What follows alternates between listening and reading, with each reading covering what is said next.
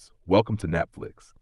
Tonight, we are going to expand on a story of a world that believed it had survived the worst humanity could offer. A world exhausted by war and desperate for peace. It was, however, quietly unaware that it was already laying the foundations for another catastrophe. World War II did not begin with tanks crossing borders or bombs falling from the sky. It began with documents, economic decisions, political compromises, and with cultural anxieties mixed with unresolved trauma. This episode explores the 20 years before the war, from the signing of the Treaty of Versailles in 1919 to the uneasy silence of Europe in 1939. Take a slow breath, let the world slow down, and let us begin. Part 1. A World Shattered by War, 1918. When World War I ended in November 1918, Europe was not celebrating victory. There were no universal parades, no shared feeling of triumph, no sense that humanity had moved forward. What existed instead was exhaustion. For 4 years, industrial civilization had turned inward on itself. The same factories that once produced household goods and farm equipment had been reorganized into systems of mass destruction. Steel had become artillery, coal powered constant bombardment. Chemistry, once associated with medicine and innovation, became a tool for poisoning air, land, and bodies. When the fighting stopped, the physical landscape of Europe reflected this transformation. Entire regions had vanished. Villages that had existed for generations were no longer visible on maps. Roads ended abruptly in cratered earth. Railway lines lay twisted and unused, symbols of a progress that had failed its promise. Artillery fire had stripped forests of life. Soil was compacted, contaminated, and in many places unusable for years. Farmland, the economic backbone of Europe, had been poisoned by explosives, heavy metals, and chemical weapons. But what made it worse, what made it dangerous, was the fact that unexploded shells remained buried beneath fields, turning agriculture into a deadly occupation long after the war had ended. And when this reality came to light, after families had already lost loved ones, such work became traumatic, to say the least. More than 16 million people were dead. Soldiers killed in trenches, civilians lost to bombing and occupation, and countless others who succumbed to disease, malnutrition, and exposure. Millions more survived physically, but not psychologically. World War I introduced humanity to trauma on an unprecedented scale. Men returned from the front unable to describe what they had witnessed. Days spent beneath relentless artillery fire, the constant sound of explosions erasing any sense of time.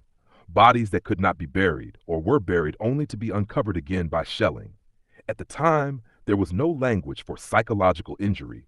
What we now call post-traumatic stress disorder was dismissed as weakness or moral failure. Societies expected soldiers to return to normal life, but for them, normal life no longer existed.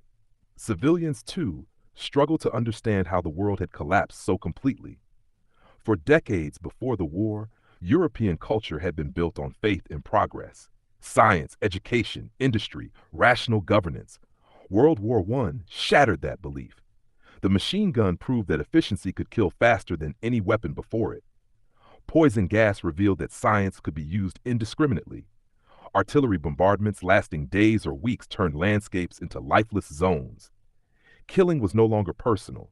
It had become bureaucratic. This realization reshaped culture across Europe and beyond, literature and intellectual life. After the war, writers struggled to describe a world that no longer made sense. A new literature emerged, fragmented, disillusioned, introspective. In Britain, writers like Virginia Woolf and T.S. Eliot explored psychological dislocation and emotional numbness. Eliot's The Wasteland captured the feeling of cultural and spiritual ruin left behind by the war. Erich Maria Remarque, a German veteran, later wrote All Quiet on the Western Front, a rejection of romantic war myths and a portrait of meaningless suffering. In France, authors reflected on memory, loss, and the fragility of time. Philosophers questioned the foundations of Western thought. The belief that rationality alone could guide humanity now seemed dangerously naive. Art, music, and cultural expression. Art movements shifted dramatically. Expressionism, Dadaism, and later, Surrealism. They rejected traditional beauty and structure, reflecting chaos, absurdity, and emotional rupture. In Germany, the Dada movement mocked nationalism, authority, and logic itself, a response to a world that had justified mass death through reasoned arguments. Music grew experimental. Jazz, arriving from the United States, spread through European cities. It symbolized freedom, modernity, and rebellion, celebrated by some, feared by others. Cinema emerged as a powerful cultural force. Films increasingly explored psychology, anxiety, and moral uncertainty. Popular culture and public figures, public admiration shifted away from traditional elites. Aristocrats and monarchs had led Europe into catastrophe. Their authority was no longer unquestioned. Veterans, political agitators, and intellectuals gained prominence. In the United States, Woodrow Wilson was celebrated as a visionary by some and criticized as idealistic by others. In Europe, revolutionary figures attracted attention, not because they promised comfort, but because they promised certainty. The public mood was restless. Global power dynamics after the war. But the one thing that was greater than all of this was global dynamics. The war dramatically altered the balance of power. Britain and France emerged victorious, but weakened.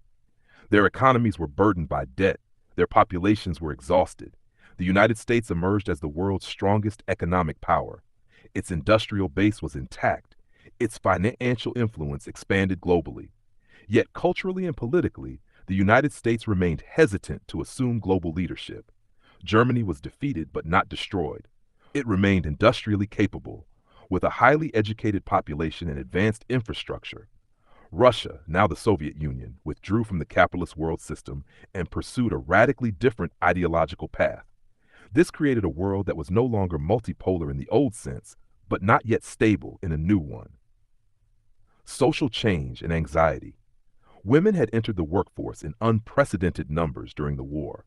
They worked in factories, offices, transportation, and agriculture. Many did not wish to return to pre-war limitations. This shift challenged traditional gender roles and created cultural anxiety across societies already under strain. Class structures were also destabilized. The middle class, particularly in Central Europe, found its savings eroded by inflation and debt. Trust in governments, institutions, and even progress itself was deeply shaken. The world that emerged from World War I was not prepared for peace. It was traumatized, disoriented, and uncertain. And beneath the surface of daily life in literature, art, politics, and popular culture, the interwar world was already searching for meaning, stability, and direction. This emotional and cultural landscape formed the foundation of everything that followed, which was survival. Part 2. The collapse of empires. The war destroyed more than lives. It destroyed political orders that had existed for centuries. Systems of rule that, while imperfect and often oppressive, had provided a recognizable structure to the world. World War I did not merely interrupt history. It was successful in ending eras.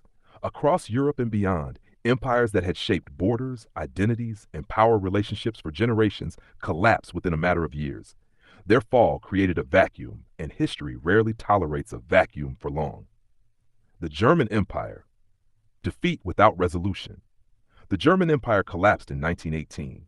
For nearly 50 years, Germany had been unified under imperial rule, a rapidly industrializing power with a strong military tradition, advanced science, and a growing global presence.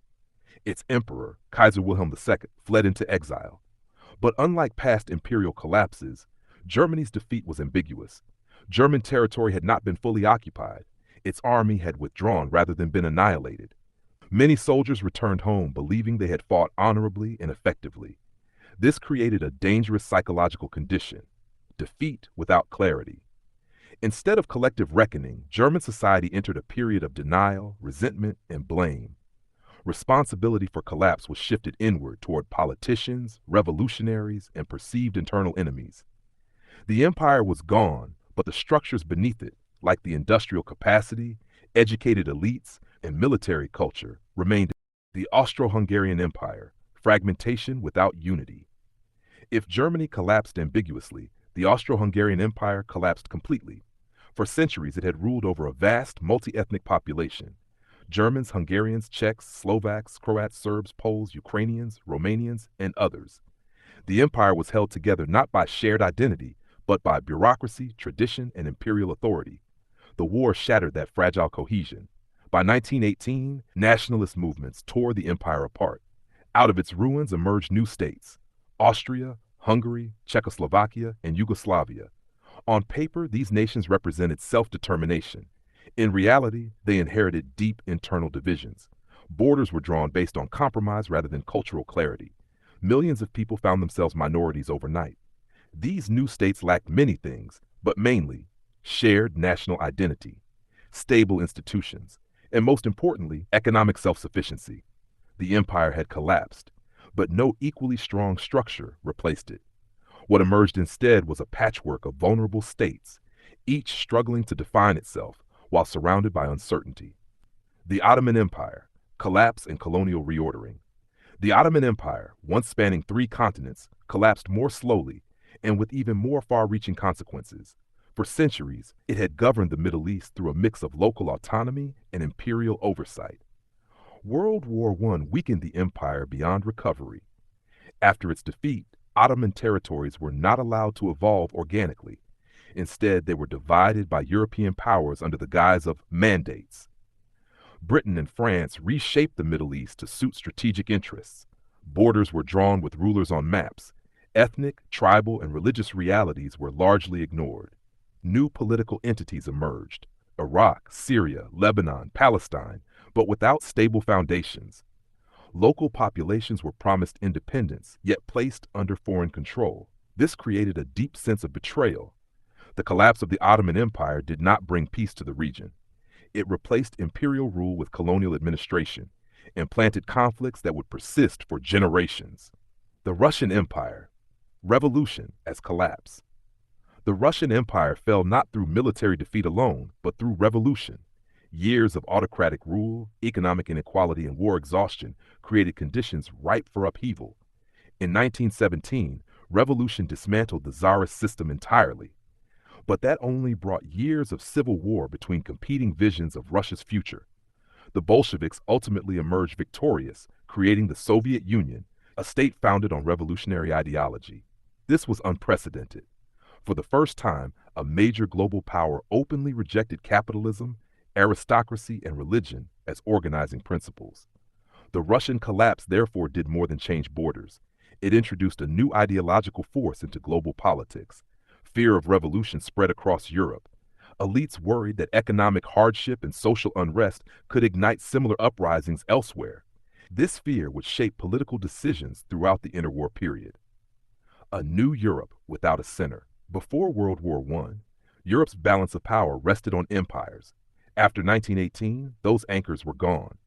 Europe was now governed by new republics experimenting with democracy, fragile monarchies struggling to survive, revolutionary movements challenging the entire system. There was no shared framework for stability. Diplomacy became reactive rather than strategic. Politics became fragmented, and alliances became uncertain. Economic and social consequences of imperial collapse. Empires had provided integrated economic systems. Their collapse disrupted trade routes, currency systems, and something as basic as labor mobility. New states struggled to manage inflation, unemployment, and resource shortages. As social hierarchies shifted, aristocracies lost authority.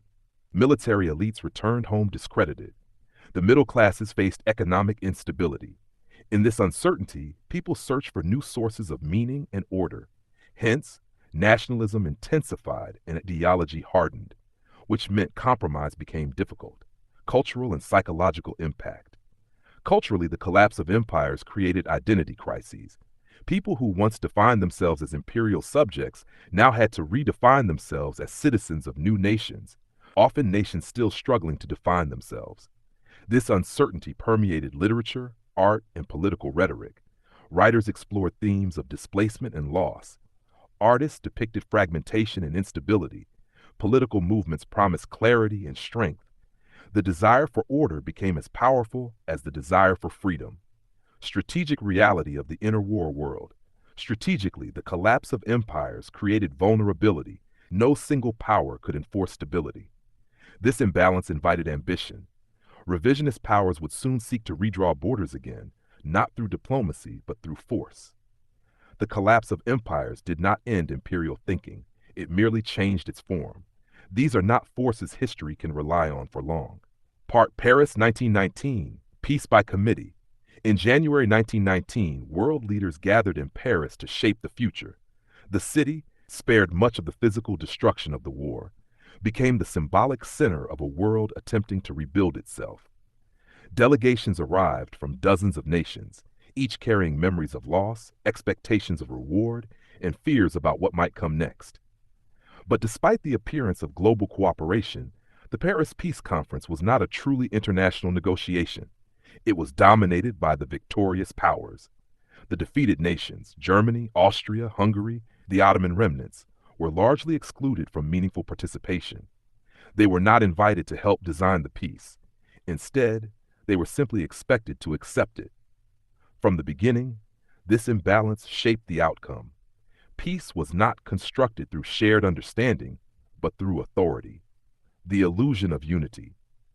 Publicly, the conference was presented as a gathering of enlightened leaders working together to prevent another catastrophe. Privately, it was deeply divided. The war had ended, but wartime fears, resentments, and suspicions had not. Each major power arrived with different priorities and different memories of suffering. The absence of a shared vision meant that peace would be assembled piece by piece, often through compromise rather than coherence. Woodrow Wilson, idealism meets reality. Woodrow Wilson, President of the United States, arrived in Europe as a global celebrity. He was the first sitting American president to travel overseas while in office. Crowds gathered to see him. Newspapers portrayed him as a moral guide for the post-war world. Wilson believed deeply in ideas. He spoke of self-determination, the right of peoples to govern themselves. He envisioned a world made safe for democracy. He proposed the creation of a League of Nations, where collective security would replace secret alliances and military escalation. Wilson's 14 points promised a new international order based on transparency and cooperation. But he faced constraints. At home, the United States was growing weary of global involvement. American voters wanted a return to normalcy, not long-term responsibility for Europe. In Paris, Wilson discovered that moral clarity did not translate easily into political agreement. His vision required compromise from nations that had suffered deeply, and compromise was not what they wanted. Georges Clemenceau, security over idealism. Georges Clemenceau, Prime Minister of France, arrived in Paris with a very different mindset. France had been invaded twice by Germany in less than 50 years. Large portions of the country had been destroyed. Entire regions were economically devastated. For Clemenceau, peace was not a philosophical exercise. It was a matter of survival. He did not trust Germany's promises. He did not believe treaties alone could guarantee safety. Clemenceau wanted permanent security through territorial buffers, military restrictions, and economic control. He favored a weakened Germany, one that could never again threaten French borders. To him, Wilson's idealism seemed dangerously naive. Peace, Clemenceau believed, must be enforced. David Lloyd George, pragmatism and balance. David Lloyd George, Prime Minister of Britain, occupied a middle position.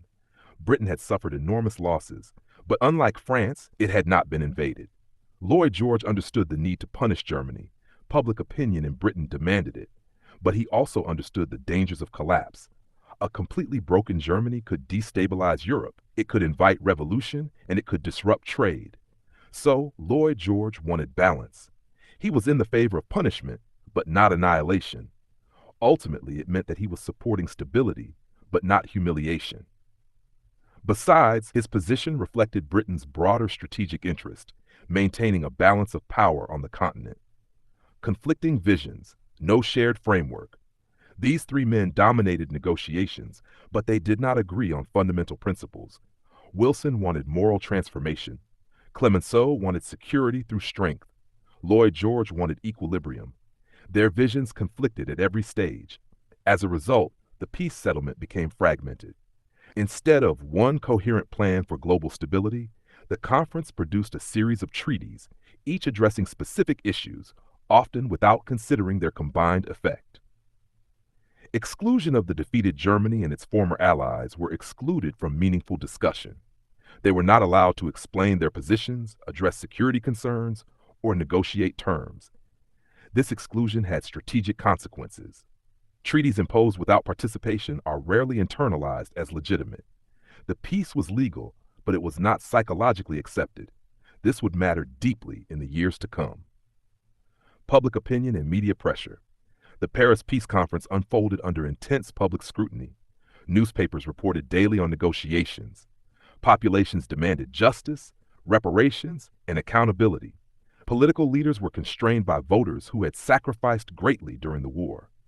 Moderation was difficult. Any appearance of leniency risked political backlash. This pressure pushed leaders toward harsher terms, even when they privately recognized the risks. Peace became a performance as much as a policy. Smaller nations, limited influence. Delegations from smaller nations attended the conference, but their influence was limited. They hoped Wilson's rhetoric of self-determination would protect them. In reality, their futures were often decided by the strategic interests of larger powers. Borders were drawn through negotiation rooms, not communities. And the worst part was that the promises made in principle were compromised in practice. Structural weakness of the settlement. The Paris Peace Conference assumed that political order could be redesigned quickly. It underestimated the emotional aftermath of war, the complexity of national identity, the economic fragility of post-war societies. It overestimated the power of treaties alone, the willingness of nations to cooperate under strain. Peace was treated as a document to be signed rather than a process requiring sustained effort. And that's exactly what gave the invitation for the Second War to happen in a matter of years. Committees excel at procedure. They struggle with vision. The Paris Peace Conference reflected this reality. It produced rules without reconciliation. The war had ended, but the conditions for lasting peace had not been created. A quiet turning point in hindsight, Paris 1919 was not simply the end of World War I. It was the beginning of the interwar crisis. Decisions made in conference rooms, under pressure, fear, and exhaustion, would shape global politics for decades. The peace was real, but it was fragile. And fragility, once introduced into international order, has a way of revealing itself slowly. Part 4. The Treaty of Versailles. The Treaty of Versailles was signed on June 28, 1919. The date itself carried symbolic weight. It was signed exactly 5 years after the assassination of Archduke Franz Ferdinand, the event that had ignited World War I. The location was equally symbolic. The Hall of Mirrors at the Palace of Versailles, once a monument to French royal power, became the setting in which Germany's defeat was formalized. Germany was not invited to negotiate its terms. In fact, its representatives were summoned, not consulted. They were handed a completed document, hundreds of clauses long, and given a simple choice: sign or face the resumption of war. This was not diplomacy in the traditional sense. It was more like an ultimatum. From the very beginning, the treaty was experienced in Germany as a judgment. Territorial losses. Geography as punishment. The treaty imposed severe territorial losses on Germany. Significant regions were removed from German control. Alsace-Lorraine was returned to France. Parts of eastern Germany were transferred to the newly reconstituted Poland. Other territories were ceded to Belgium, Denmark, and Lithuania. In total, Germany lost roughly 13% of its territory and around 10% of its population. These losses were not merely symbolic. They stripped Germany of industrial regions, coal-rich areas, agricultural land.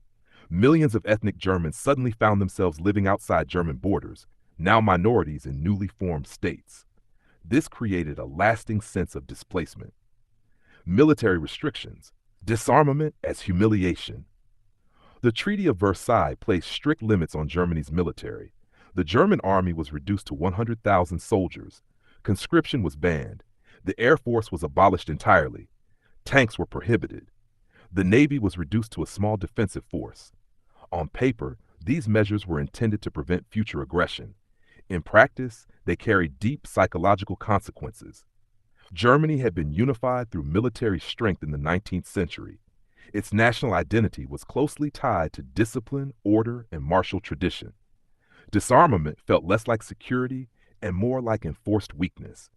For many veterans, the restrictions felt personal. They had fought, suffered, and survived, only to be told that their service was no longer legitimate. Colonial losses, global status removed. Germany also lost all of its overseas colonies. These territories were transferred to Allied control under League of Nations mandates. Although Germany's colonial empire was relatively small compared to Britain or France, its loss carried symbolic weight. Colonies represented global status. Their removal reinforced the idea that Germany was no longer a world power. This further deepened the sense of national diminishment. Reparations, economics as control. Perhaps the most consequential aspect of the treaty was the requirement that Germany pay massive reparations. The exact sum would later be fixed at 132 billion gold marks, an amount far beyond Germany's immediate capacity to pay. Reparations were intended to compensate war-damaged countries, hold Germany financially accountable, limit Germany's ability to rearm. But the economic reality was far more complex. Germany's economy had already been strained by years of total war. Its infrastructure was damaged. Its workforce was depleted. To meet reparation payments, the German government borrowed heavily and printed currency, decisions that would later contribute to hyperinflation. Reparations tied Germany's economic recovery directly to foreign approval. Sovereignty was constrained by debt at this point. Article 231, the War Guilt Clause. At the heart of the treaty lay Article 231, commonly known as the War Guilt Clause. It stated that Germany accepted responsibility for causing the war and all resulting losses and damages. Legally, this clause was intended to justify reparations. But in reality, it placed moral blame on an entire nation. For many Germans, this clause was intolerable. The war, they believed, had been the result of complex alliances, miscalculations, and shared responsibility. Being singled out as the sole aggressor felt unjust, and of course, humiliating. This sense of moral condemnation would shape German political discourse for decades. Cultural and social impact inside Germany. The Treaty of Versailles quickly became a symbol of betrayal. Many Germans believed their leaders had accepted the treaty under duress. This belief fed conspiracy theories and resentment. The treaty was referred to as a diktat, a dictated peace. Democratic politicians who signed it were branded traitors. The new Weimar Republic became associated with humiliation and weakness. This association would soon prove to be devastating. Strategic consequences beyond Germany. The treaty also created strategic problems for Europe as a whole. France believed the treaty did not go far enough. Britain worried it went too far. Germany was weakened, but not reconciled. It remained economically vital to Europe, industrially capable, and geographically central. A permanently unstable Germany meant a permanently unstable Europe. The treaty punished Germany without fully integrating it into a new international order. A peace that looked final, but was not to the Allied public, the Treaty of Versailles appeared decisive. But beneath the surface, it had started creating unresolved tensions, primarily economic dependency, national resentment, political radicalization. The treaty as memory. Over time, the treaty ceased to be just a legal document. It became a memory, repeated in speeches, textbooks, and propaganda. For a generation of Germans, Versailles was just a grievance, and grievances do not fade quietly, they wait. The Treaty of Versailles ensured that the war's consequences would continue shaping politics, economies, and identities for decades. It was meant to secure peace. Instead, it introduced fragility. Part 5. The Psychology of Defeat. Germany had not experienced a total invasion. Unlike France or Belgium, German cities had not been occupied on a massive scale. German civilians had not watched enemy armies march through their streets in defeat. The German army had retreated, but it had not collapsed publicly, nor had it been destroyed in a way that was visible to the population at large. For many ordinary Germans, the war simply ended. This created a dangerous ambiguity. Wars that end in unmistakable defeat force societies to confront reality. Wars that end without clarity leave space for interpretation.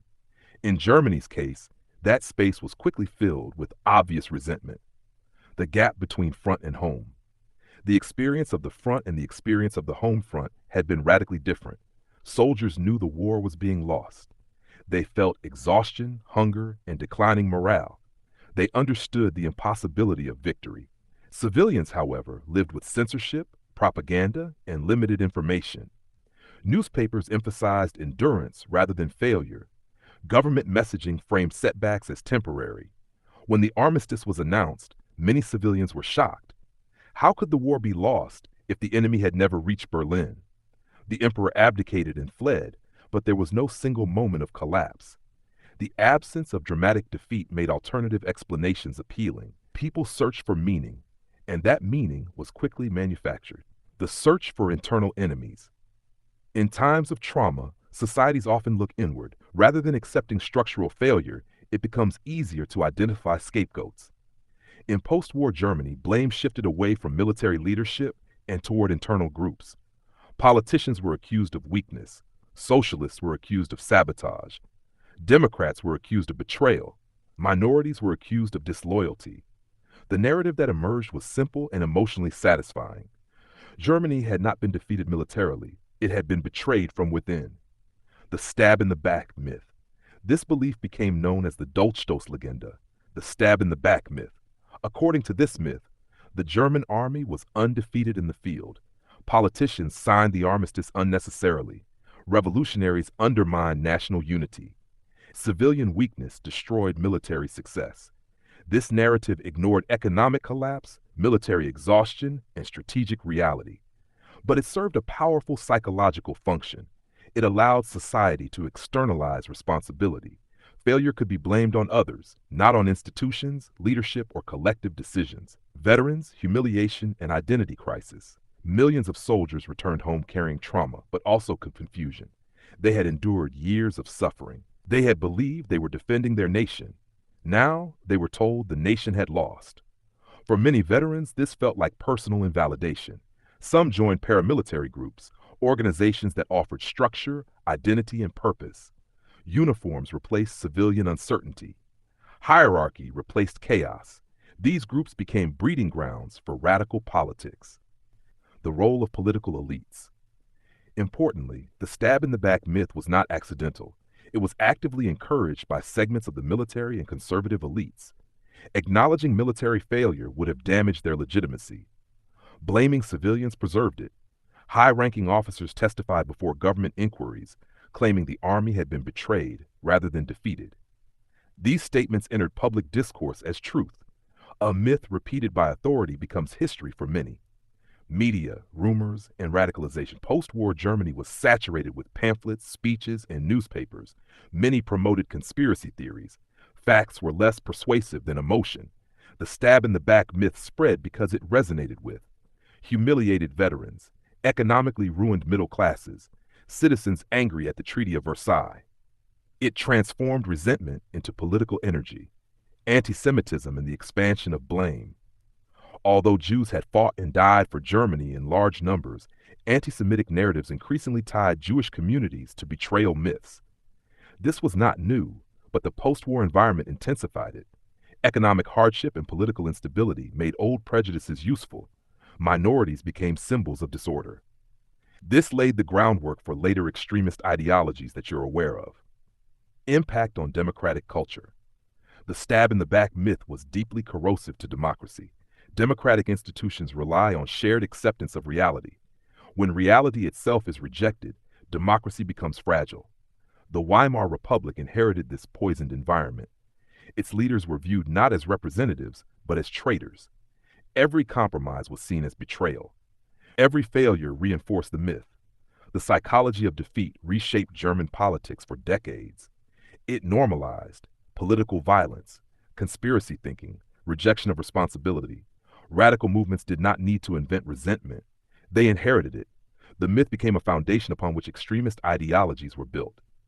A society unable to mourn honestly. Healthy societies mourn loss. Germany instead denied it. By refusing to accept defeat, it postponed reconciliation with reality. Grief turned into anger, and blame, when repeated long enough, becomes belief. The stab-in-the-back myth did not cause the next war on its own, but it made the next war imaginable. Part 6. The Weimar Republic, Democracy Without Trust. Germany became a republic in 1919. For the first time in its modern history, the country was governed not by an emperor, but by elected representatives. On paper, this was a radical and hopeful transformation. The Weimar Constitution was among the most progressive of its time.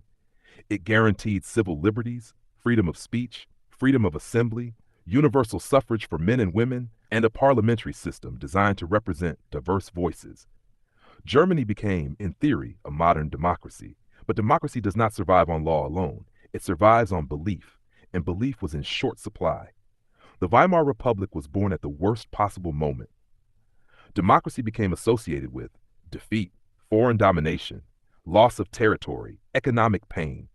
So the Weimar Constitution, despite being intellectually sophisticated, which included proportional representation, meant to ensure fair political inclusion, protection of minority rights and labor organizations, and allowance to enjoy cultural freedom and artistic expression. These ideals existed in tension with German political culture. Germany had little democratic tradition. Authority had long been centralized, hierarchical, and militarized. Suddenly, compromise replaced command. For many citizens, this felt chaotic rather than liberating. Economic hardship and political blame. The Republic inherited an economy already under immense strain. War debts remained unpaid. Reparations loomed constantly.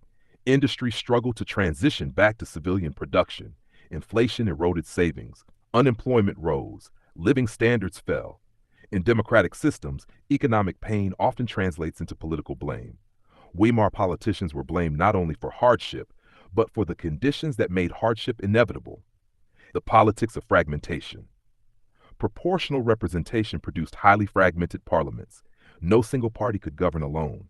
Coalitions were fragile too, which is why governments collapsed frequently and elections were constant. This instability created the impression of incompetence. Citizens saw endless debate but little decisive action. Authoritarian alternatives began to appear attractive. Opposition from both extremes. From the beginning, the Weimar Republic faced enemies on both sides. On the left, communist groups rejected democracy entirely. Inspired by the Russian Revolution, they sought radical transformation through class struggle. On the right, nationalists and monarchists rejected democracy as foreign and weak. They longed for strong leadership, hierarchy, and national revival. The Republic existed in the middle and was attacked from all directions. Naturally, the early years of Weimar were marked by violence. Street battles between rival political groups became common. Paramilitary organizations formed across the political spectrum. Assassinations targeted politicians, journalists, and activists. Coups were attempted. In 1920, the Kapp Putsch nearly overthrew the government. In 1923, extremist uprisings erupted in multiple regions. Democracy survived, but only narrowly and not for too long. Each crisis weakened confidence further. And what tipped it down even further was a critical flaw in the Constitution. Article 48 allowed the president to rule by emergency decree during times of crisis. This provision was intended as a safeguard. In practice, it normalized authoritarian shortcuts. As crises multiplied, emergency powers were used more frequently. Democracy began to function without parliament. Citizens grew accustomed to rule by decree. This would later prove fatal. Cultural freedom and conservative backlash. But at the center of all this, Weimar Germany experienced an extraordinary cultural flowering. Berlin became a global center of cinema, theater, cabaret, modern art, intellectual debate. These developments brought deep cultural shifts. Gender roles shifted. Sexual expression became more visible. Traditional norms were questioned openly. To many, this was liberation. To others, it felt like moral collapse. Conservatives blamed democracy for cultural instability. Freedom itself became suspect. And add to that the fact Weimar Germany had a vibrant press. Newspapers, pamphlets, and satire flourished. But this openness had a darker side. Political cynicism spread easily. Extremist ideas circulated freely. Trust in institutions was already eroded. And as you know, democracy depends on good faith participation. Weimar culture increasingly lacked the middle class in fear of decline. The German middle class, traditionally a stabilizing force, felt especially threatened as inflation destroyed savings and professional status eroded. Many middle-class Germans became receptive to movements that promised order, protection, and restoration. Perhaps Weimar's greatest weakness was not its enemies, but the absence of committed supporters. Few people felt emotionally invested in defending democracy itself. By the time stability briefly returned, the damage was already done. Part 7. Economic Destruction and Hyperinflation. Reparations placed enormous strain on Germany's economy. The country emerged from World War I financially exhausted. Years of total war had drained state reserves, disrupted trade, and left industry dependent on government contracts that no longer existed. At the same time, Germany faced unprecedented financial obligations imposed by the Treaty of Versailles. Reparations were not merely a diplomatic requirement, they were a constant reminder of defeat, translated into monthly payments, foreign oversight, and economic dependence. Germany owed money it did not possess. If it raised taxes sharply, it risked social unrest in a population already suffering from shortages. If it cut spending, it risked unemployment and political instability. If it defaulted, it risked foreign occupation and further humiliation. Instead, it chose the least visibly painful option. It printed money. At first, this appeared manageable. Currency expansion kept wages flowing, debts were paid nominally, and daily life continued. From inflation to hyperinflation. By the early 1920s, inflation accelerated rapidly. As more money entered circulation, its value declined. Prices rose faster than wages. Confidence in the currency weakened. People began spending money as soon as they received it, not out of indulgence, but out of fear that it would be worth less tomorrow. This behavior accelerated inflation further. By 1923, inflation spiraled into hyperinflation. The German mark collapsed almost entirely. Hyperinflation is not just an economic phenomenon, it is a psychological rupture. Savings evaporated overnight, pensions became meaningless numbers on paper, insurance policies lost all value. The middle class, teachers, clerks, professionals, small business owners, saw decades of careful saving reduced to nothing. This was not abstract loss, it was lived daily. People carried banknotes in baskets or suitcases. Shops updated prices multiple times a day. Workers demanded to be paid twice daily so they could rush to markets before prices rose again. Children played with stacks of worthless currency because it had become cheaper than toys. Money, once a symbol of stability and trust, became absurd. But hyperinflation did not affect everyone equally. Those with access to physical assets, land, factories, goods, were often protected. Those with debts saw them erased. Speculators and opportunists sometimes profited, but the middle class was destroyed. This class had traditionally believed in order, law, and gradual progress. It valued education, respectability, and delayed gratification. Hyperinflation punished all of these values. People judged one another not by character, but by access to food and goods. Crime increased, not always from malice, but from desperation. When the system itself feels unjust, rules lose authority. Economic trauma reshapes political loyalty. People remember who failed them or who they believe failed them. In Germany, hyperinflation became associated with the Weimar Republic, democratic governance, the Treaty of Versailles, international finance. Whether this association was fair mattered less than whether it felt true. Democratic politicians were blamed for economic chaos, even when its causes lay beyond immediate control. Authoritarian movements exploited this memory relentlessly. They did not need complex arguments. They pointed to empty savings accounts. The occupation of the Ruhr. In 1923, when Germany fell behind on reparation payments, French and Belgian forces occupied the Ruhr, Germany's industrial heartland. The German government responded with passive resistance. Workers went on strike and production stopped. The government continued paying wages by printing money. Hyperinflation worsened dramatically. The occupation reinforced perceptions of humiliation and exploitation. Economic suffering now had a visible foreign face. Cultural memory of hyperinflation. Even after inflation was stabilized later in the decade, the memory never faded. Hyperinflation became a collective trauma. Parents told children stories of lost savings. Families remembered prosperity turned meaningless overnight. This memory shaped political attitudes long after the crisis ended. Fear of inflation would later influence economic decisions, even at the cost of unemployment and social pain. Trauma does not disappear when numbers stabilize. In late 1923, currency reform finally stabilized the economy. A new currency was introduced. Foreign loans followed. Technically, the crisis ended, but really it did not. Trust had been broken. People no longer believed that institutions could protect them. They learned a brutal lesson. Stability is fragile, and it can vanish without warning. The long shadow of economic collapse. Hyperinflation did not directly cause extremism, but it prepared the ground. It taught a generation that democracy could fail economically, expertise could be wrong, international systems could collapse. When later crises arrived, particularly the Great Depression, this memory returned instantly. Part 8. Europe's Fragile New States. The peace treaties that followed World War I created new countries across Central and Eastern Europe. On maps, these nations appeared as symbols of renewal, proof that empires had fallen and self-determination had triumphed. Poland was reborn after more than a century of partition. Czechoslovakia emerged as a modern industrial republic. Yugoslavia united multiple South Slavic peoples under one state. Austria and Hungary were reduced from imperial centers to small, uncertain nations. From a distance, the new Europe looked orderly. But borders were drawn quickly, often under pressure, with the goal of rewarding allies and weakening defeated powers. Local realities were secondary. Ethnic groups were divided or combined in ways that satisfied diplomatic necessity rather than cultural coherence. Self-determination was promised in principle, but applied selectively in practice.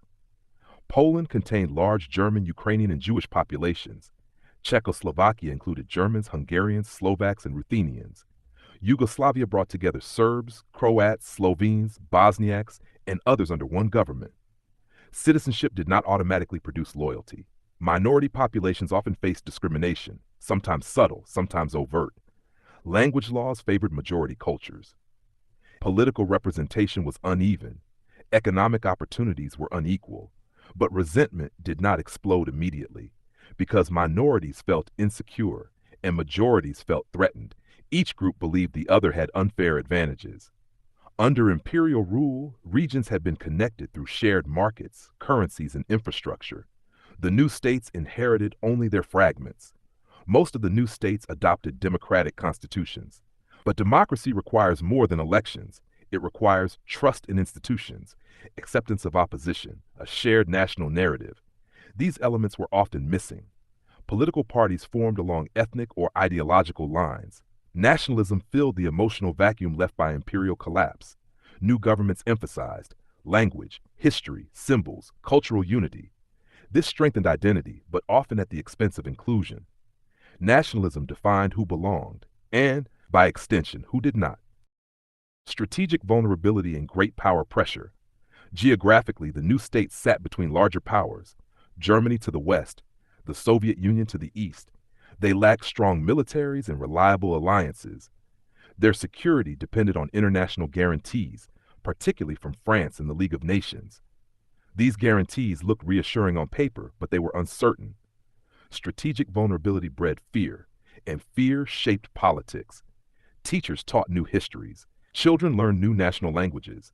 Old imperial loyalties were discouraged or erased, but resentment simmered beneath the surface. These fragile states would later become battlegrounds, not only for armies, but for competing ideologies. They would be pressured, invaded, partitioned, and reconfigured again. Part 9. The League of Nations. The League of Nations was created to prevent future wars. In the aftermath of World War I, the idea itself felt revolutionary. War, it was believed, could be prevented through dialogue, cooperation, and shared responsibility. The principles were noble, but noble principles alone do not enforce order. The League of Nations was founded on the idea of collective security. If one nation threatened peace, all other nations would respond together. Aggression would become irrational because the aggressor would face the combined resistance of the world. This concept assumed something new in international politics, that nations would prioritize global stability over national interest. That law could replace force, that cooperation would override fear. These assumptions were idealistic, but they were also fragile. European nations had already seen what unchecked rivalry could do. They wanted a system that would slow decisions, force dialogue, and make war harder to justify. But fear-driven institutions often prioritize caution over strength. The League reflected this mindset. But the biggest issue with this setup was the fact that the League of Nations had no army. It could issue condemnations, it could propose sanctions, it could call for negotiations, but it could not compel compliance. If a powerful nation chose to ignore the League, there was little the institution could do beyond protest. Law without enforcement relies on voluntary obedience. History suggests this is unreliable. League decisions required unanimous agreement. This was intended to ensure fairness and prevent domination by great powers. In practice, it produced paralysis. Any major decision could be blocked by a single dissenting nation. So in place of urgency, there was procedure. And instead of decisiveness, there was delay. Aggressors learned quickly that hesitation was built into the system. The absence of the United States. The League's most critical weakness was not structural, but political. The United States never joined. Despite President Woodrow Wilson's role in proposing the League, the U.S. Senate rejected membership. America retreated into isolationism. This absence had profound consequences. The United States was economically dominant, militarily powerful, politically influential. Without American participation, it lacked credibility. Enforcement depended largely on Britain and France, both of whom were exhausted, indebted, and reluctant to confront new conflicts. Peace without America was peace without weight. Naturally, Britain and France became the League's de facto leaders, but they were not positioned to enforce global order. Britain prioritized its empire and trade routes. France prioritized security against Germany. Neither wanted to risk war to stop distant aggression. Public opinion strongly opposed military action. World War I had left societies deeply traumatized. Peace was desired at almost any cost. This reluctance shaped League responses. In its early years, the League resolved minor disputes successfully, but major challenges exposed its weakness. When powerful nations tested limits, the League hesitated. Sanctions were debated, delayed, diluted. Military options were avoided entirely. Each failure taught the same lesson: the League could be ignored. Initially, many ordinary people believed in the League. Newspapers reported optimistically. Schools taught cooperation and internationalism. But each failure chipped away at trust. By the late 1920s, the League remained active, but increasingly symbolic. It no longer commanded fear or respect. Strategic consequences of weak enforcement. The League's weakness reshaped global strategy. Revisionist powers learned that violations would be negotiated, sanctions would be partial, military action was unlikely. The system designed to prevent war began to normalize rule-breaking. The League of Nations assumed goodwill. As economic pressures grew and nationalism intensified, goodwill eroded. Conclusively, the League of Nations was not a failure of intention. It was a failure of design. It asked nations to abandon power politics without providing a viable alternative. Part 10. The Illusion of Stability, 1924 to 1928. During the mid-1920s, Europe appeared to recover. After years of chaos, inflation, and political violence, a sense of calm gradually returned.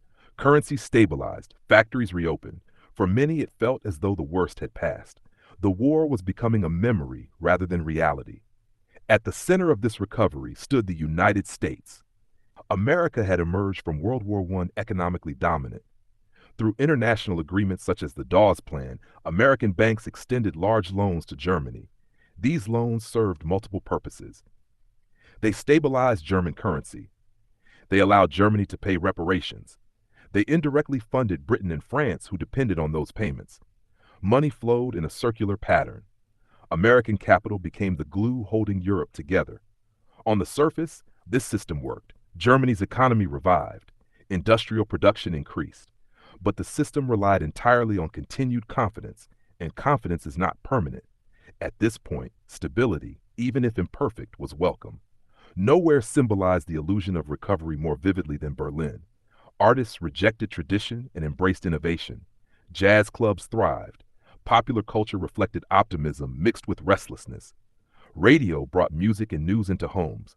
Film stars became public figures. Fashion shifted toward modern silhouettes and freedom of movement. Youth culture emerged as a visible social force. The war generation sought meaning beyond sacrifice. This cultural vibrancy created the impression that society had moved forward. That progress had resumed. Politically, the mid-1920s were misinterpreted. Governments assumed that economic improvement meant structural health. Extremist parties lost some support. This reinforced the belief that democracy had stabilized, but underlying problems remained unresolved.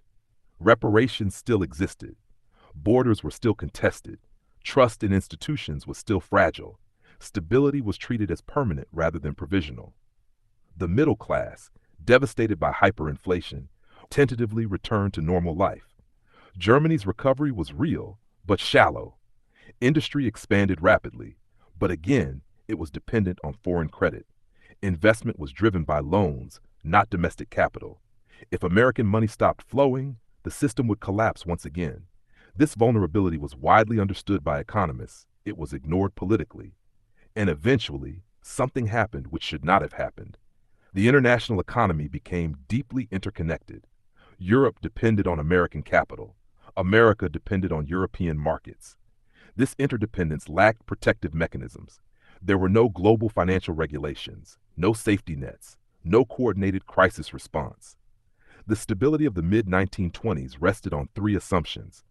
American economic strength would continue, political moderation would hold, international cooperation would endure. None were guaranteed. Perhaps the most dangerous effect of this period was complacency. Leaders delayed difficult reforms. Societies postponed reckoning with deeper problems. Peace felt secure enough. No one wanted to disturb it. Part 11. The Great Depression, 1929. In October 1929, the American stock market crashed. What began as a financial panic on Wall Street quickly revealed itself as something far larger. The crash was not merely a correction. It was a collapse of confidence. When American investors panicked, banks called in loans. Credit dried up almost overnight. Factories slowed. Trade contracts were canceled. Ships sat idle in harbors. What had appeared to be a stable global system revealed itself as a delicate chain, and one broken link shattered the rest. The collapse of banking and trust banks failed across continents. People rushed to withdraw savings. Institutions closed their doors. Money disappeared not only from accounts, but from belief. Trade collapsed next. Nations raised tariffs to protect domestic industries. Protectionism spread. Global trade shrank dramatically, turning economic contraction into economic paralysis. In industrial nations, factories closed or reduced hours. Skilled workers stood in bread lines beside laborers. Even education offered no protection. In Germany, the impact was catastrophic. The country was uniquely vulnerable, dependent on American loans, burdened by reparations, politically fragile. By 1932, millions were unemployed. Entire families survived on charity. Middle-class respectability collapsed into shame. Economic despair returned, deeper than before. This time it felt permanent. For Germans, the Depression reopened old wounds. Hyperinflation had already destroyed trust once. Now unemployment destroyed hope. People remembered 1923, and they feared worse. The Weimar government appeared powerless. Democracy seemed incapable of protection. Economic crisis quickly became political crisis. The Depression reshaped how people thought. Only survival mattered. Young people delayed adulthood. Marriage rates fell. Birth rates declined. A whole generation seemed to grow up without stability. Literature, writing the collapse. Writers across the world responded to the Depression by abandoning optimism entirely. In Germany, authors focused on alienation and moral decay. Alfred Dublin's Berlin Alexanderplatz depicted a city where individuals were crushed by economic forces beyond their control. Erich Kästner captured bitterness and irony in a society where intelligence offered no escape. In the United States, writers like John Steinbeck chronicled dignity amid poverty. F. Scott Fitzgerald, once the voice of prosperity, wrote of disillusionment and decline. Literature became quieter, darker, more observational. Heroism disappeared. Survival replaced ambition. In Germany, the New Objectivity movement presented cold, unsentimental images of society's failures. Cinema became a refuge. People sought distraction, warmth, and illusion. Hollywood produced glamorous musicals and comedies, worlds untouched by hunger. At the same time, darker films emerged. Crime dramas reflected moral ambiguity. Expressionist techniques conveyed fear and instability. Cinema oscillated between escape and confrontation. Music responded in two ways. Some embraced melancholy, songs of loss, longing, and nostalgia. Others turned to rhythm and movement. Dance halls filled. People danced, not because they were happy, but because they needed relief. Radio became central to everyday life, connecting isolated households to shared experience. Mass culture grew stronger as individual lives weakened. The Depression also reshaped fame. Charismatic figures who appeared decisive gained attention. Politicians who promised clarity attracted followers. In Germany, one such figure was Adolf Hitler, whose speeches drew growing crowds. He did not rise solely because of ideology. He rose because he offered certainty in a world without it. Elsewhere, leaders promising action gained popularity. Democracy, with its slow processes, struggled to compete. Economic despair did not automatically create extremism, but it created openness. People no longer asked, "Is this idea reasonable?" They asked, "Will this end my suffering?" Radical solutions felt practical. The crash of 1929 ended the illusion of stability. What followed was not a temporary setback, but a systemic collapse. The world did not just grow poorer, it grew angrier. Part 12. Radical Politics in Desperate Times. Economic collapse reshapes political imagination. When societies lose economic stability, they do not only lose income or employment, they lose orientation. The familiar rules of life, work leads to security, effort leads to progress, institutions provide protection, begin to feel false. In this vacuum, politics stops being about policy and becomes about meaning. During the Great Depression, democracy clearly appeared ineffective. Parliaments debated while people starved.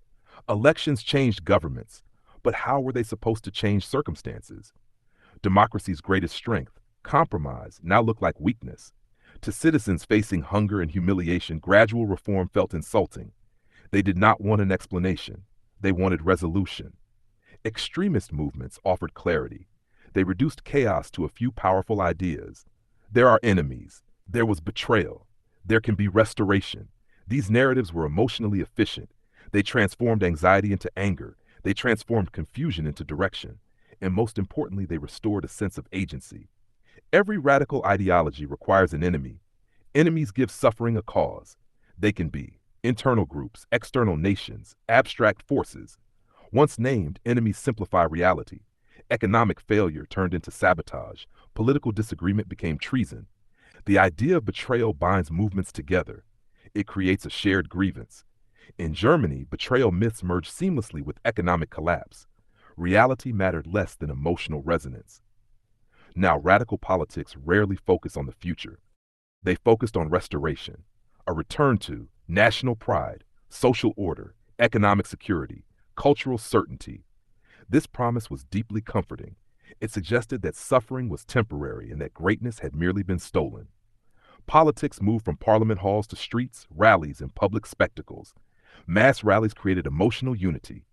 The role of propaganda in media, new media amplified radical messages. Radio reached millions simultaneously.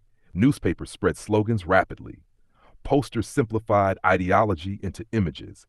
Propaganda worked not by persuasion but by repetition. The same ideas echoed everywhere.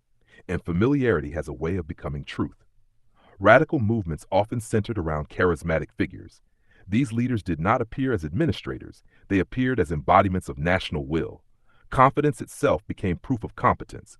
In uncertain times, certainty feels authoritative. And the biggest supporters of this movement were the middle class. The middle class, once cautious and moderate, became increasingly radicalized. Next were the youth. Young people were particularly vulnerable. They faced unemployment, delayed adulthood, lost opportunity. Radical movements offered purpose, discipline, and belonging. Politics became a substitute for future.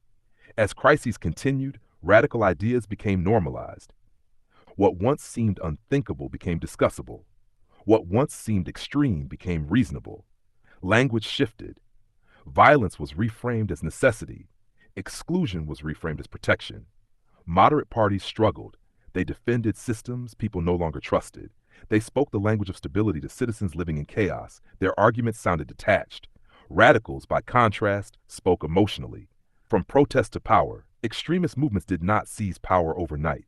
They grew slowly through elections, alliances, and normalization. Each crisis expanded their reach. Each failure of moderation strengthened their claim. Radical politics became plausible, then popular, and then dominant. Part 13. Hitler and the Appeal of National Rebirth. Adolf Hitler did not rise through force alone. He did not seize power suddenly, nor did he appear first as a dictator. He rose through mass communication and through a profound emotional alignment with a society in crisis. His ascent was gradual, legal, and to many contemporaries, plausible. This is what made it dangerous. By the early 1930s, German society was exhausted, not temporarily tired, but structurally depleted. 2 decades of instability had reshaped collective psychology: defeat without closure, democracy without trust, prosperity without security, crisis after crisis. People were no longer asking what system is best.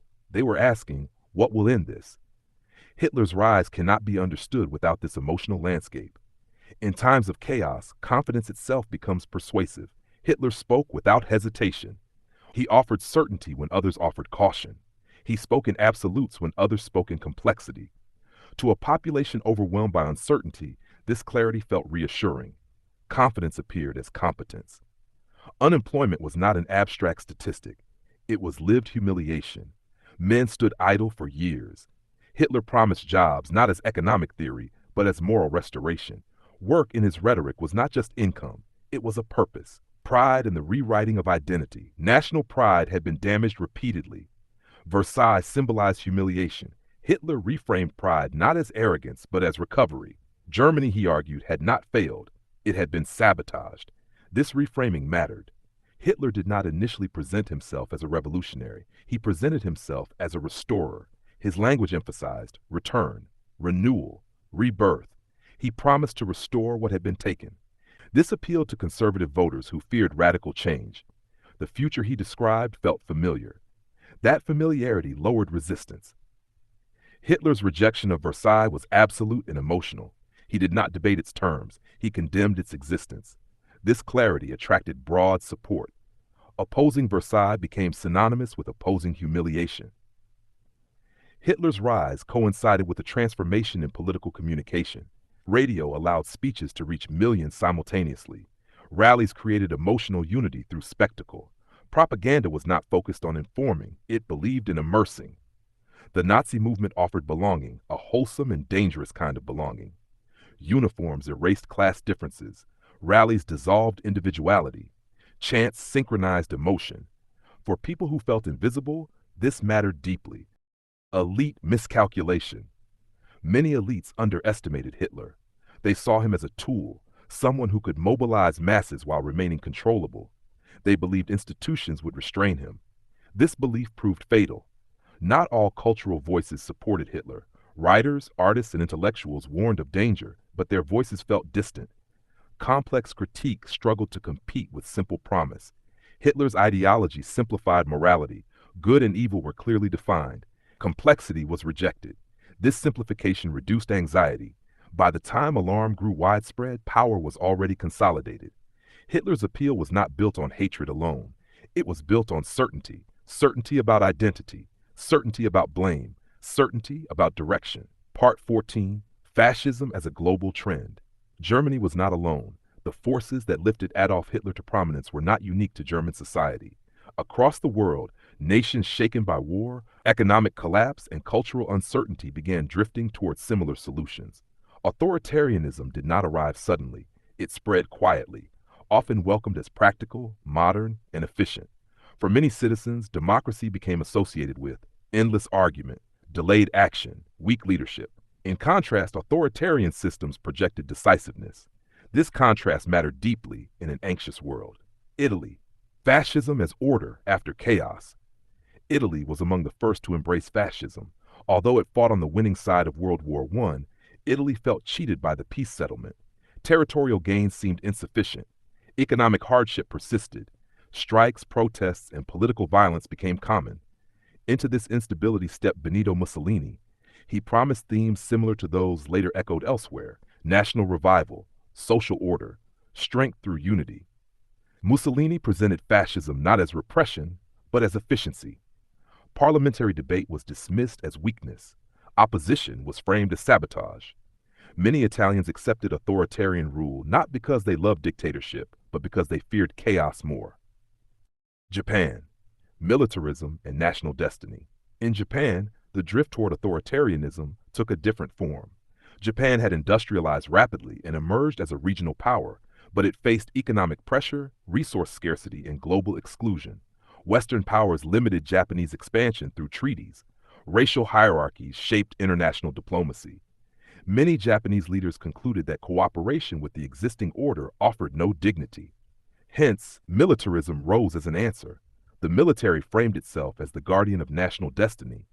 When civilian government weakened, expansion was justified as survival.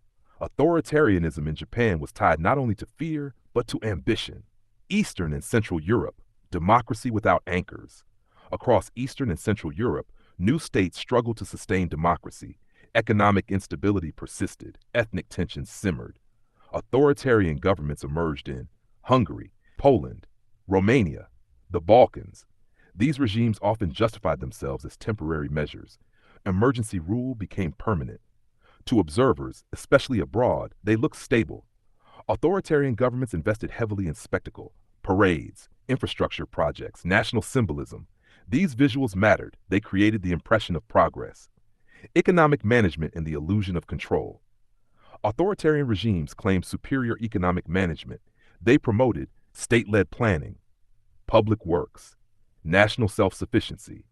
In contrast, democratic economies appeared vulnerable to markets. During the Great Depression, this contrast became persuasive. Efficiency looked more important than freedom. Culturally, societies gravitated toward discipline and hierarchy. After years of disruption, traditional values regained appeal. Authority felt reassuring. Modernism and experimentation were increasingly criticized as signs of moral decay. Authoritarian movements mastered mass communication. Politics became theatrical. But citizens were no longer spectators. They were participants. This emotional engagement strengthened loyalty. As more states adopted authoritarian models, the idea lost its shock value. Dictatorship became one option among many. Authoritarianism was slowly being normalized. Democracy on the defensive, democratic states struggled to respond. Public opinion constantly opposed intervention. Economic recovery was the priority. Memories of war discouraged confrontation. Democracy became cautious, and this caution was misread as weakness. The quiet shift of the political center. By the mid-1930s, the world's political center had shifted. Authoritarian regimes were no longer exceptions. They were increasingly influential. Democracy remained, but it no longer felt inevitable. The global mood had changed. As authoritarian states grew confident, they tested boundaries. The language of force returned, not loudly at first, but steadily. Part 15 and Strategic Preparation. Once in power, Nazi Germany began rearming. It did not happen loudly. It did not happen all at once. And it did not always happen openly. Germany did not declare its intention to go to war. It was secretly preparing for it. This preparation unfolded gradually, embedded in economic recovery, wrapped in national pride, and justified as self-defense. By the time the world fully understood what was happening, the foundations were already set. No other nation was prepared for it. Rearmament as national revival. For the Nazi leadership, rearmament was not merely military policy. It was ideological. The Treaty of Versailles had stripped Germany of military sovereignty. Rearmament symbolized liberation from humiliation. Every new factory, every uniform, every parade, each reinforced the narrative of national rebirth. Weapons were not just tools, they became symbols. The Treaty of Versailles strictly limited German military capacity. Nazi Germany violated these restrictions systematically, but initially with caution. Training programs were disguised. Military research was conducted under civilian labels. Foreign cooperation was used to bypass restrictions. Germany trained pilots abroad. Tank development was conducted under cover names. Military industrial knowledge was preserved quietly. Rearmament began before the world officially noticed. Conscription returns, militarizing society. In 1935, Germany openly reintroduced conscription. This was a turning point. Conscription did more than expand the army. It militarized society. Young men were trained not only in combat, but in discipline, obedience, and ideology. Military service became a rite of passage. The boundary between civilian life and military life blurred. Rearmament transformed Germany's economy. Factories were reorganized for military production. Infrastructure projects prioritized strategic value. Autobahns doubled as military transport routes. The state coordinated production, labor, and resources. Unemployment fell sharply, not because the economy healed naturally, but because it was redirected toward war readiness. Jobs returned, but they were jobs designed for conflict. The role of technology and innovation. Germany invested heavily in military technology. Aircraft design advanced rapidly. Armored vehicles were refined. Communication systems improved. Innovation was encouraged, but always toward military efficiency. Technology was not neutral. It became strategic. Perhaps most importantly, Germany rethought how wars should be fought. World War I had been static, slow, and exhausting. Germany sought speed. This led to the development of what would later be called blitzkrieg, a doctrine emphasizing rapid movement, coordinated attacks, combined arms, psychological shock. War was no longer about attrition. Psychology of speed and surprise. Speed was not only tactical, it was psychological. Fast victories demoralize opponents. They prevent long wars. They avoid domestic exhaustion. Germany planned to win quickly before enemies could mobilize fully. This mindset shaped every decision. Rearmament required labor. Trade unions were dismantled. Workers were organized under state control. Strikes were banned. Labor discipline became a national duty. Economic life was subordinated to strategic goals. Society itself became a resource. Cultural normalization of war. War preparation was normalized culturally.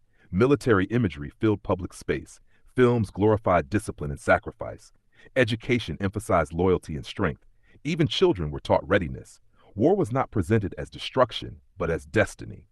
While rearming, Germany engaged diplomatically. Treaties were signed selectively. Proper reassurances were given. Intentions were obscured. This diplomacy bought time. Each year of delay strengthened Germany's position. The strategy was clear: prepare quietly, act decisively later. Foreign reactions and misjudgments. Other powers noticed rearmament, but hesitated. Some believed Germany sought equality, not domination. Others feared confrontation more than violation. The League of Nations protested. Little changed. Rearmament continued. Strategic geography and planning. Military planners studied terrain carefully. Borders were reassessed. Neighboring states were evaluated for vulnerability. Logistics routes were planned in advance. War was imagined long before it was declared. By the late 1930s, Germany's economy was under strain. Rearmament was expensive. Resources were limited. This created urgency. Germany could not wait indefinitely. Preparation created pressure to act. The illusion of peace. To outsiders, Europe still appeared peaceful. But beneath the surface, Germany was preparing methodically. War was no longer hypothetical. It had already been scheduled, even if the date remained flexible. And the world, still debating intentions, would soon confront consequences. Appeasement and trauma. Britain and France feared another war more than injustice. This fear came from recent memory. World War I had not faded into distant history. It lived in bodies, cities, and families. Every British and French town had war memorials. Every generation carried loss. The idea of another continental war felt unbearable. Policy is often explained through ideology or interest. But in the 1930s, policy was shaped by trauma. Leaders in Britain and France had lived through the Great War. They remembered trench warfare, mass death, and national exhaustion. For them, war was not abstract. It was personal. Trauma narrows the range of acceptable choices. Democratic governments cannot ignore public sentiment. In Britain and France, public opinion was overwhelmingly anti-war. Voters demanded peace. Newspapers warned against escalation. Peace movements gained influence. Political leaders understood this clearly. Any government that appeared to rush toward conflict risked collapse at home. Appeasement was politically safer than confrontation. Military reality and unpreparedness. Appeasement was also shaped by material weakness. Britain's military was not ready for war in the early 1930s. France relied heavily on defensive strategies. Rearmament was expensive and unpopular. Leaders feared that confronting Germany prematurely would expose weakness rather than deter aggression. Delay seemed prudent. Appeasement was not originally naive.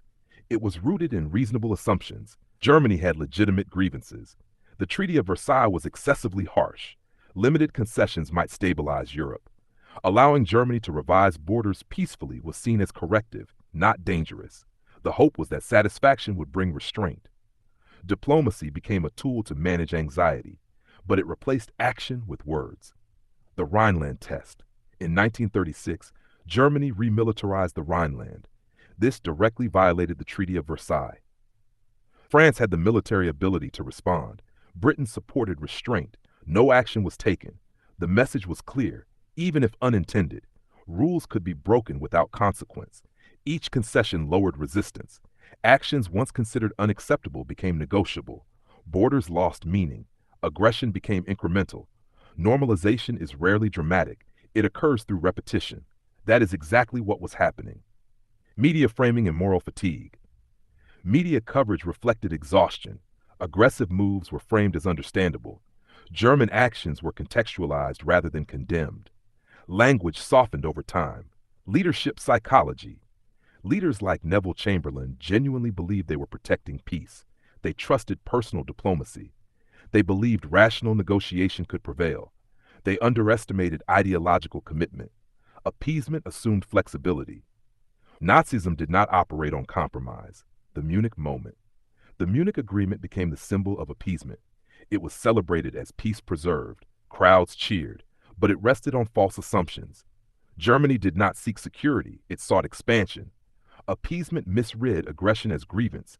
It treated ideology as negotiable. It ignored preparation. While concessions were granted, Germany continued to rearm. Time strengthened the aggressor. Britain and France feared moral responsibility. They did not want to be seen as instigators. This fear paralyzed deterrence. Moral caution became a strategic weakness. The collapse of deterrence. Deterrence requires credible threat. Appeasement removed it. Germany learned that escalation carried little cost. The balance shifted. Appeasement was not one decision. It was a process. Each step felt reasonable. Each step avoided immediate pain. Together, they removed all barriers. Part 17. The final steps toward war. By the mid-1930s, Europe had not yet descended into war, but it was no longer at peace. What remained was a fragile pause, maintained not by strength but by hesitation. This pause would not last. The Rhineland, the first open defiance, 1936. As discussed earlier, the remilitarization of the Rhineland marked a decisive turning point. Under the Treaty of Versailles, the Rhineland was to remain demilitarized, a buffer zone protecting France from German attack. In March 1936, German troops marched in. They were lightly armed. They had orders to retreat if confronted. Germany was testing the system. And when no action was taken, the lesson was unmistakable. International rules could be violated without consequence. This was not merely a strategic victory. It was a psychological one. Confidence grew. Domestic impact. Inside Germany. Inside Germany, the Rhineland move was celebrated. It was framed as restoration of sovereignty, peaceful correction of injustice, national courage. The lack of response from other powers validated Nazi leadership in the public eye. Each success strengthened belief that destiny was on Germany's side. Austria, the Anschluss, 1938. Next came Austria. It had been forbidden from uniting with Germany under the post-war treaties, but cultural, linguistic, and historical ties remained strong. In March 1938, German forces entered Austria. There was no resistance. The annexation known as the Anschluss was presented as voluntary unification.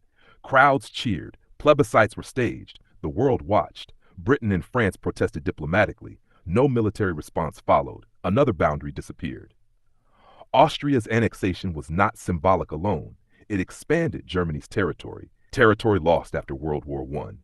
It strengthened strategic depth. It opened new routes towards Central Europe. It also demonstrated that Germany could alter borders without triggering war.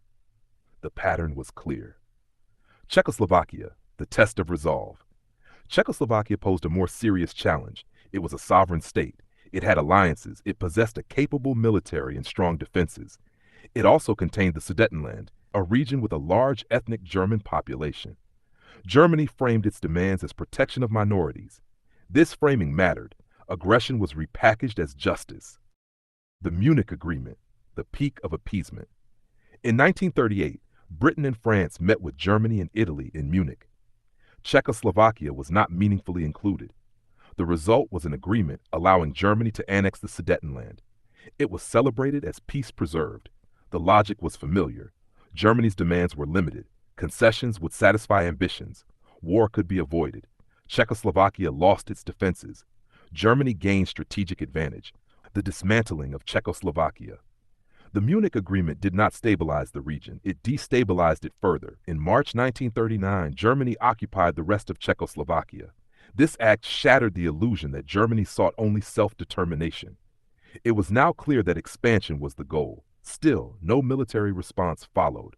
By this point, deterrence had collapsed. Treaties were meaningless, guarantees ran hollow. Germany no longer feared consequences. Other powers no longer trusted assurances. The system was breaking. Public opinion shifted subtly. Fear turned into resignation. Many believed war was inevitable, but hoped it could be delayed. Delay became the final strategy. Newspapers reported events with growing anxiety. The language changed from hope to concern to dread. Peace was discussed as fragile, war as approaching. Germany calculated that its enemies were divided. Britain and France lacked unity and readiness. The Soviet Union was isolated.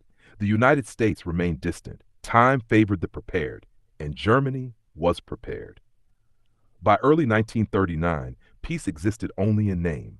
Borders had been rewritten, states had been erased, rules had collapsed. What remained was silence.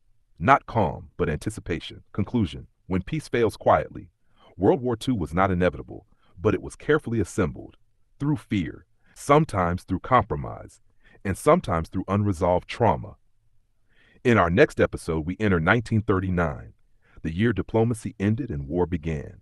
It will be the year when waiting ended and the world crossed the line from preparation to destruction. Until then, this has been Napflix. Thank you for resting with Napflix. Sleep well.